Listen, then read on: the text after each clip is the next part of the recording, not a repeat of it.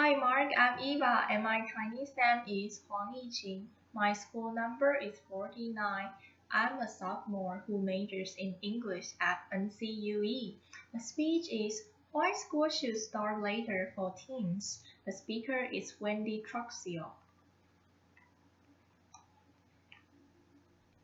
It's 6 o'clock in the morning, pitch black outside. My 14-year-old son is fast asleep in his bed, sleeping the reckless, deep sleep of a teenager.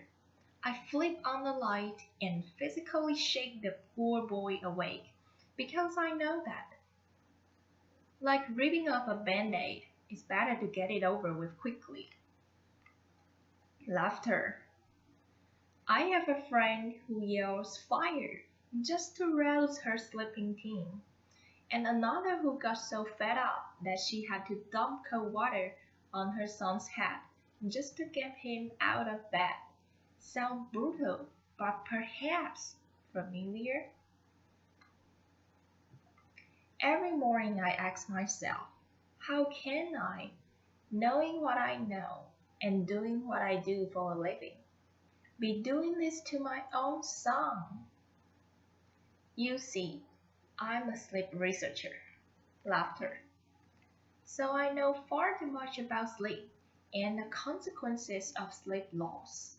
I know that I'm depriving my son of the sleep he desperately needs as a rapidly growing teenager. I also know that by waking him up hours before his natural biological clock tells him he's ready, I'm literally robbing him of his dreams, the type of sleep most associated with learning, memory consolidation, and emotional processing. But it's not just my kid that's being deprived of sleep. Sleep deprivation among American teenagers is an epidemic. Only about 1 in 10 gets the 8 to 10 hours of sleep per night recommended by sleep scientists and pediatricians. Now, if you are thinking to yourself, phew, we are doing good, my kid's getting 8 hours. Remember, 8 hours is the minimum recommendation. You are barely passing. 8 hours is kind of like getting a C on your report card. There are many factors contributing to this epidemic, but a major factor preventing teens from getting the sleep they need is actually a matter of public policy, not hormones, social lives, or Snapchat. Across the country, many schools are starting around 7:30 a.m. or earlier, despite the fact that major medical organizations recommend that middle and high school start no earlier than 8:30 a.m. These early start policies have a direct effect on how much, or really how little, sleep American teenagers are getting. They are also pitting teenagers and their parents in a fundamentally unwinnable fight against their own bodies. Around the time of puberty, teenagers experience a delay in their biological clock, which determines when we feel most awake and when we feel most sleepy. This is driven in part by a shift in the release of hormone melatonin. Teenagers' bodies wait to start releasing melatonin until around 11 p.m., which is 2 hours later than what we see in adults or younger children. This means that waking a teenager up at 6 a.m. is the biological equivalent of waking an adult up at 4 a.m. On the unfortunate days when I have to wake up at 4 a.m., I'm a zombie. Functionally useless. I can't think straight. I'm irritable. And I probably shouldn't be driving a car. But this is how many American teenagers feel every single school day. In fact, many of the, shall we say, unpleasant characteristics that we chalk up to being a teenager, moodiness, irritability, laziness, depression, could be a product of chronic sleep deprivation. For many teens battling chronic sleep loss, their go-to strategy to compensate is consuming large quantities of caffeine in the form of venti frappuccinos or energy drinks and shots. So essentially, we've got an entire population of tired but wired youth.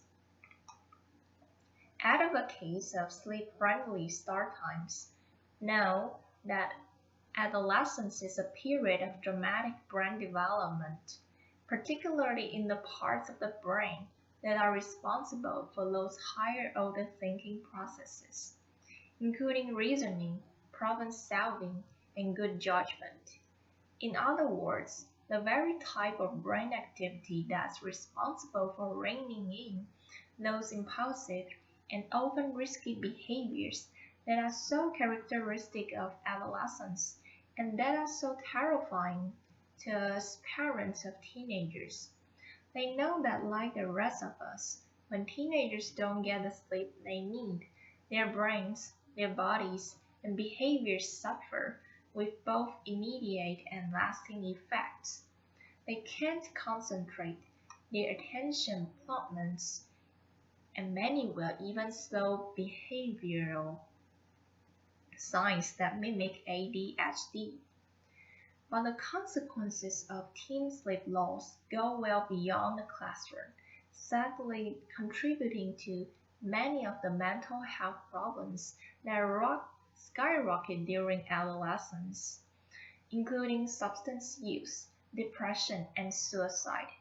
In our work with teens from LA Unified School District, we found that teens with sleep problems were 55% more likely to have used alcohol in the past month.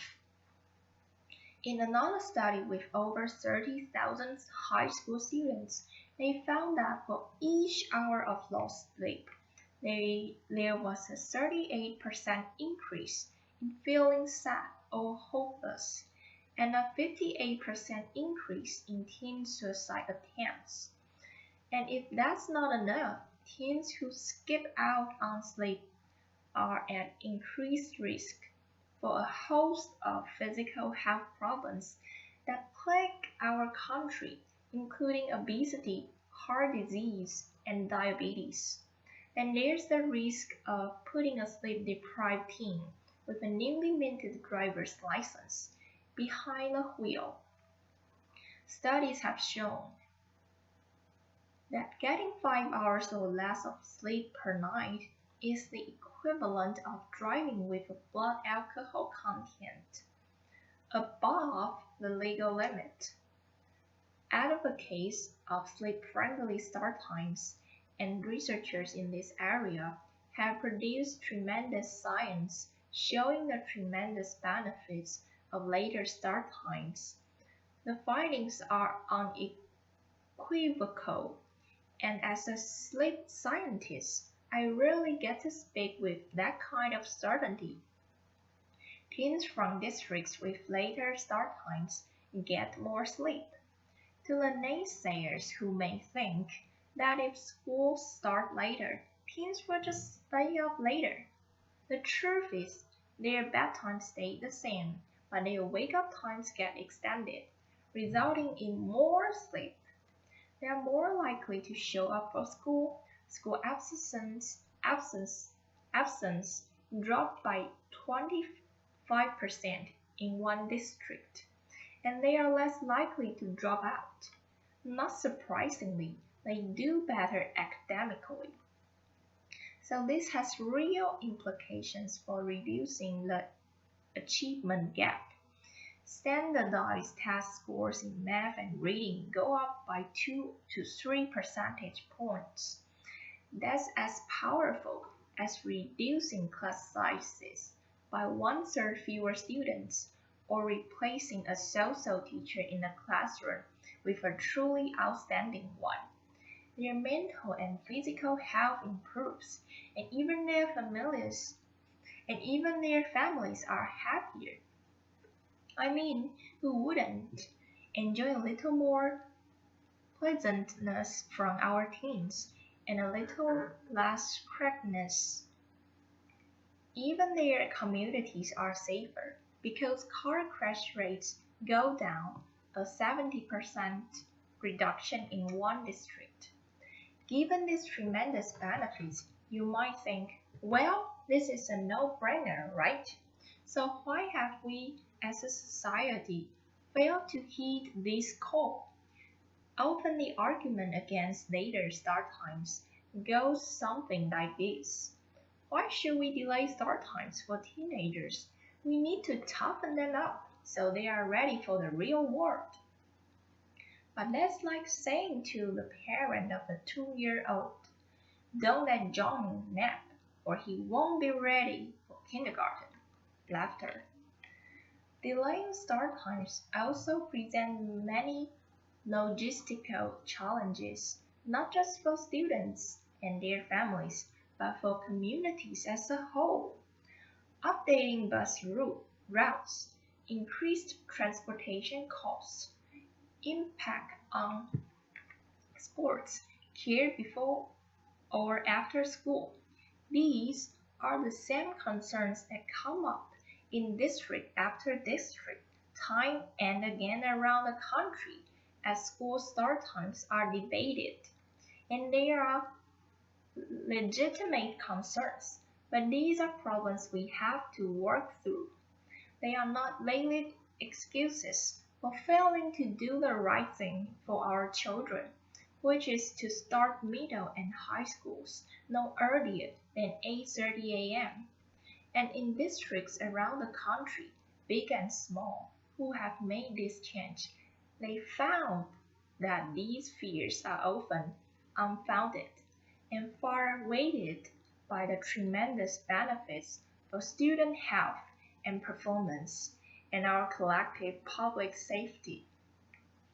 So tomorrow morning, when coincidentally we get to set our clocks back by an hour, and you get that delicious extra hour of sleep, and the day seems a little longer and a little more full of hope. Think about the tremendous power of sleep, and think about what a gift it would be for our children to be able to wake up naturally in harmony with their own biology. Thank you, and pleasant dreams.